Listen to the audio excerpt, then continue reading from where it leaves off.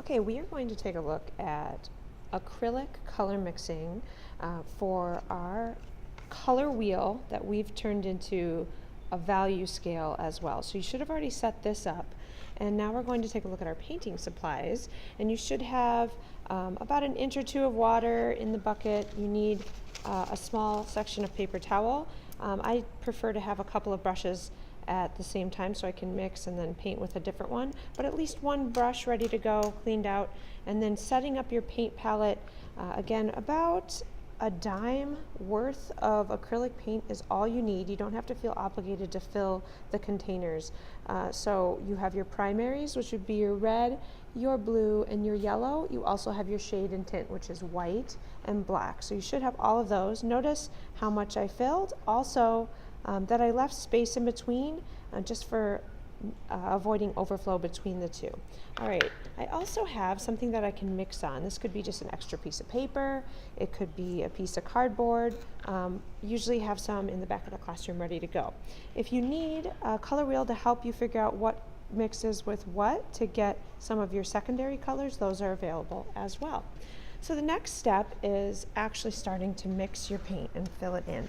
So we're going to start with what is called the hue, which is a fancy word for color. I'm going to zoom in on this, and starting with my pure red, I always get a little bit of water in my bristles to get started, but pure red doesn't need any color mixing, but I do still like to make sure it's the right consistency of water, so you don't want it to be dripping with too much and make it look like watercolor. So now I'm going to practice number one, brush control. So I'm going to use my edge. I'm using what's called a flat, not a round brush, but you could use either one. And you got to have enough. And you never want the paint to go past where the bristles are. You want to keep it contained, otherwise you get it on your hands and then it starts to travel a little too much. So filling in pure color. That one's pretty easy, especially for one of our primaries, which is right out of the tube. The next step is starting to mix. So I'm going to try to show you guys this at the same time. I'm going to clean out my brush, and that's where the paper towel comes in. Make sure that the red is actually out of the bristles and it's ready to go. I still have some wet paint right here, and that's what I'm going to use. So making sure there's no paint there. I'm going to grab a little bit of white, and I'm talking a little small amount. I'm going to go over to my color mixing spot, and I'm going to mix that in.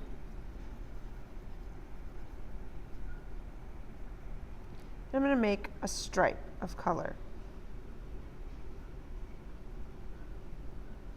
I'm going to clean out my brush with water again. I'm going to visit my paper towel, make sure I've got all that out of there. A little bit more white, so a tiny bit more. I'm going to mix it. Mix it all the way through on that first. Make a stripe. Again, notice staying in as best I can. Clean it out with water. Get all that out of there. A little bit more white. Mix it all the way in. Pure mixing here.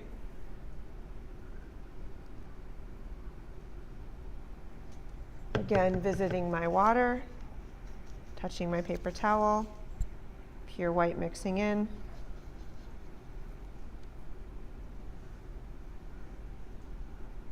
Add a stripe. Almost there to pure white. This one should be pure white at the end. So I'm going to really make sure I've got all of that cleaned out.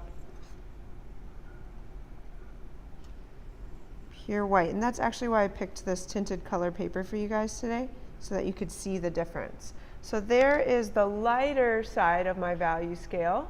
And you can see each individual stripe. Now I'm going to go the other direction, so that requires me to darken in the color. And again, starting with that pure red, I'm going to just add a little bit more to my mix here. You can see my value study right there in my mixes. But this time I'm going to grab a bristle worth of black, just a teeny bit, because black takes over. You can even see right next to it how dark that is right away. And I'm going to mix that in. And add a stripe. Should not be a drastic jump. Clean out, visit paper towel, tiny bit more black, mix it all in. Not too much too quick. Again, a little bit more black.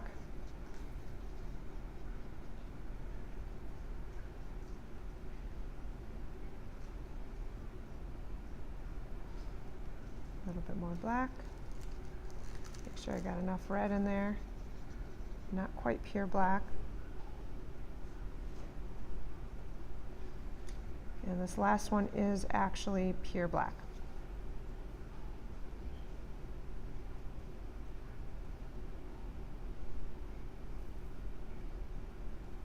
Okay, so some things that you can do along the way if you're struggling with that blend is a clean brush with nothing in it, or clean out the paint and then visit your paper towel and make sure it has nothing in it, can act as a little bit of a blender if you need to kind of blend those edges, as long as it's still wet, but of course acrylic dries pretty fast and this whole top half is already dry.